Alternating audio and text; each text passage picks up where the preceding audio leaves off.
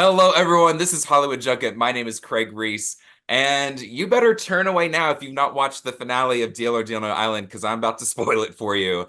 As you know, we've got to interview every contestant eliminated from the show, but this is a little different because this contestant wasn't eliminated. They were the winner. This is Jordan Fowler, the winner of Deal or Deal No Island, the first season ever. Jordan, how are you feeling, and how was it to watch last night's episode and see the conclusion of this crazy season? Unbelievable. It was like crazy event after crazy event, the most jam-packed finale of any show I've ever seen. I'm going to rewatch it a million times to hear you say winner of Deal or No Deal. I'm like, wow, that's like actually neat. I mean, it's crazy. It's like I'm still processing it all, and it happened months ago. Yeah, right. Well, I think it is so cool that they brought back all the contestants to watch you go against Yeah. the banker. Was not expecting that, especially because, like I said, I did interview all the contestants. Yeah. I would ask them, "Who do you think won?" Or, "God, I hope there's a reunion," and that kind of was a reunion as well, which was kind of Yes. cool. But everyone did a really good job on not spoiling it because I we give us all so much knew. credit. That's what I said yesterday. I was like, y'all, we made it. Like, I'm impressed. Go this team. I really thought they left because the way they would answer really seemed like they had no idea who And you got know what's funny? yes. When we were playing and there were four of us, we're like, is there going to be a jury? Like, we knew that everyone stuck around, but we had no idea that they were going to come back. Like, we were learning as we went too. So it was surprises on many Oh, a fronts, jury would be something the banker would do. right? Literally. Yeah. Oh my The goodness. most Well, often let's my get into jury. it. First and foremost, we all know you kind of played the middle of the game. Yeah. I'm sure you've talked about this a lot. But I would say at times it seemed like you were more on the Rob Mob side. Do you think that's true, or what's your opinion on that?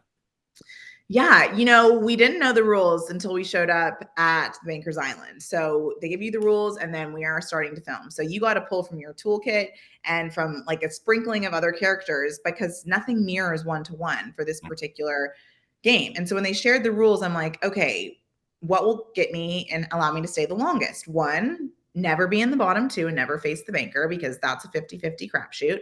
And two, never be anyone's number one target.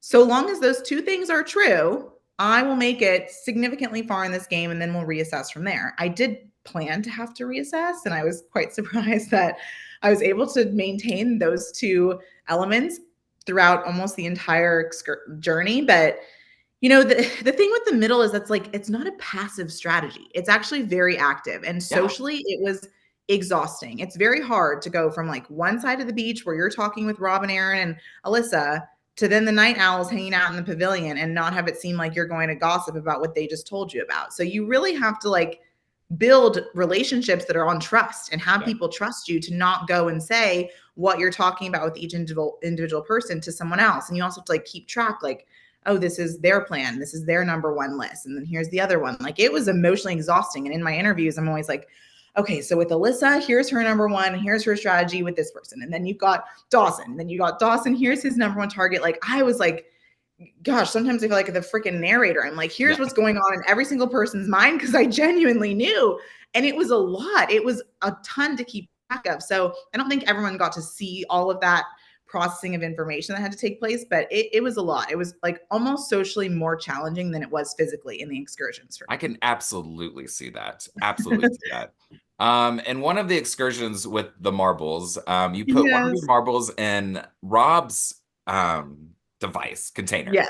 Um, and that kind of wasn't the plan, but we never got to see. Did Stephanie like call you out on that, or was I it was something that shocked happened? that they didn't call me out more because I'm like, this is really forcing me to show my cards. And the whole time I'm like, what am I gonna say? I'm like, should I just say I was confused and like I was the last one? You picked me last, Stephanie. You gave me no time, and I wanted to have as much money on that timer as possible. So I just quickly Rob's was closest. I mean, I was like really trying to come up You with were ready. any possible story, but she never really asked. And I'm like, this is so bizarre. So she must really think that like I'm on her side or like I didn't intentionally do that, but I was just grateful she didn't ask. So I think, yeah, at that point in the game, I was more aligned with Rob because he was on to me. Like Dawson told me before Dawson left, this never aired, that Rob was onto my strategy that like this, and you saw that on the show where he's telling Stephanie, like, look at Dawson and Jordan. They're hanging out in the middle. Those are the ones to be worried about.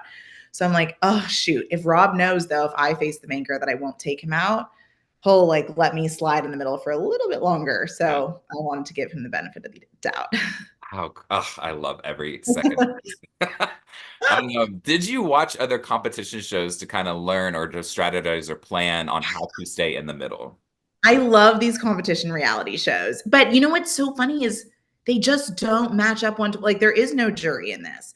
But the whole time I'm like, okay, if there is a jury, just in case, I need to show that I'm a competitive player, right? You don't want to seem like you're passive. Like I had my whole, I kind of planned my speech. Like I've never been in the bottom two, X, Y, and Z. Like I was ready for it.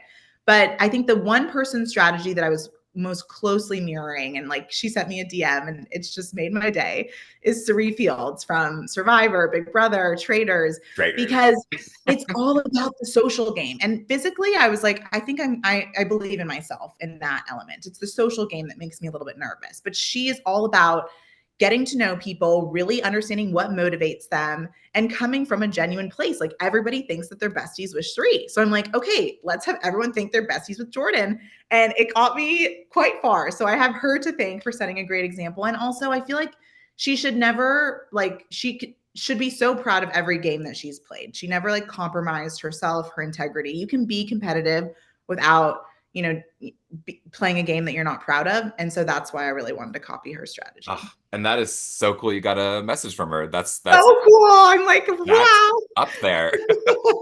Yeah, Um, that's how I know I've made it. we're going to try to fit in two quick questions real quick. Yeah. This I thought it was so neat that you never really had to face the banker all season, and then you had to do it for the finale. Saved it for the prime time. Was there anything that you had learned or picked up watching all the other attempts against the banker going into that final game? I learned that you can't really be good at Deal or No Deal, but you can be bad at it. And Okay. Yeah. you're Yeah. bad at it if you are too confident and you take it too far and you forget that this is real money.